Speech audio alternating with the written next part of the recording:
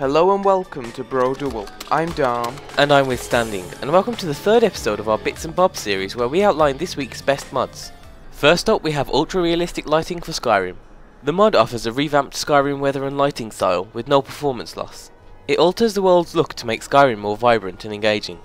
So you can see the difference that ultra realistic lighting makes. Here's Skyrim without the mod, and here's Skyrim with the mod. This mod adds 26 Game of Thrones house shields to Skyrim. All of the shields are available as both light and heavy armour and include all of the favourite houses, like the Stark and Lannister house shields.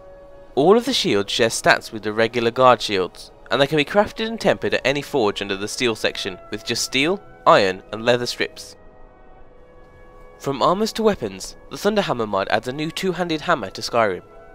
The hammer comes in 3 different forms: Mighty, which will create a shockwave upon impact, sending everything in its radius flying; Calm, which has no shockwave effect, but has a shock effect that has a good chance of knocking your target back; and Basic, which is an unenchanted version of the hammer, for those that want to add their own enchantments. And now for something a little different, we have the boss dungeon. The mod adds a stage-based dungeon into the world of Skyrim, and you can find it near Riverwood. You'll know you found it when you see the red glow coming from behind the entrance. Once inside, you'll notice a door straight ahead and a door to your left. The door straight ahead goes to the next stage, and to unlock it you'll need to go into the door to your left and fight the boss inside. After defeating the boss, you can loot the treasure at the end of the room that the boss was guarding, and pull the lever to open the door to the next stage. There are 6 stages and 6 bosses in total, 5 boss stages and 1 final boss, with the difficulty increasing after every stage.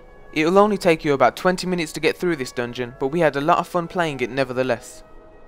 Next up is an armour set by the same person who made the Vagabond, Warchief and Redguard Knight armours.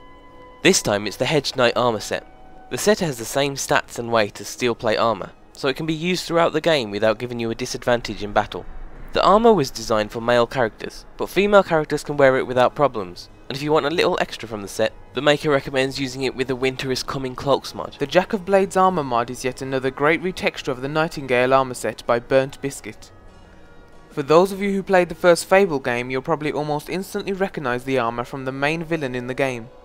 A lot of time has been put into the armour to make it resemble the original, and we think the creator has done a great job, and I'm sure many Fable fans will be happy they can run around as their favourite antagonist. This next mod changes the way the levelling system works in Skyrim. You level up normally, but when picking health, magicka or stamina, they won't increase.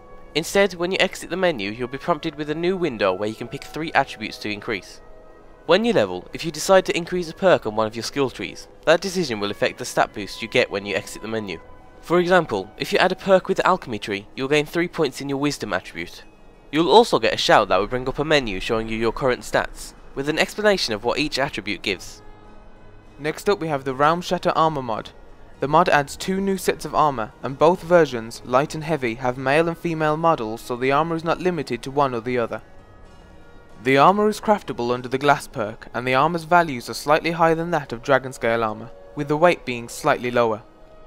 Due to the high stats of the set, it doesn't come cheap, and you'll need a whole bunch of different items to craft them, including its Daedric counterpart, as well as dragon bones, hawker tusks, ebony ingots and leather strips. But if you can afford to craft the set, then we think it's definitely worth it. Next up is another armour mod, the Gifted Armour. The Gifted Armour is a steel plate armour set designed for females only. The original concept and reference for this armour comes from Sabre from Fate Unlimited Codes, but the creator has made a few changes to make it more realistic so it fits into Skyrim. The Sabre Gear backpack mod adds 6 backpacks to the world of Skyrim, allowing you to carry more during your travels. There are 2 types of the bag accessory, Traveller and Survivor. The Traveller bags increase your carrying capacity by 50 and the Survivor bag by 100. The bags were also designed to fit in with the Sabre Cat Gear mod, so there are 3 variants of the bag: Normal, Snow and Puma, or Brown, White and Black. The bags also use a different equip slot so they won't interfere with any other armour mods. This is Asteria, a Dwemer airship turned player home. The Asteria is located to the west of Riverwood and contains everything you could ever need, including your own forge, alchemy table, mannequins, smelter and more. The boat consists of several rooms, with an included bed and loads of storage chests to keep all of your belongings safe. The mod is 100% lore friendly and is one of the best player homes we've seen. And finally we'll be leaving you with the Dovakiin Relaxes 2 mod, which utilises the unused character animations to allow you to do certain things your character wasn't able to do otherwise. The mod does this through a Dovakiin Relaxes shout, and when it's used near a certain object or in a certain way, your character will perform a certain action. For example, if you use it near a campfire, your character will warm their hands, or if you use it near a bedroll, your character will lie down.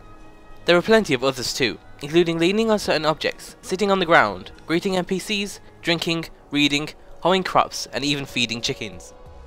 And that's it for this week's episode. If you'd like to see a particular mod next week, let us know in the comments down below. Thanks for watching.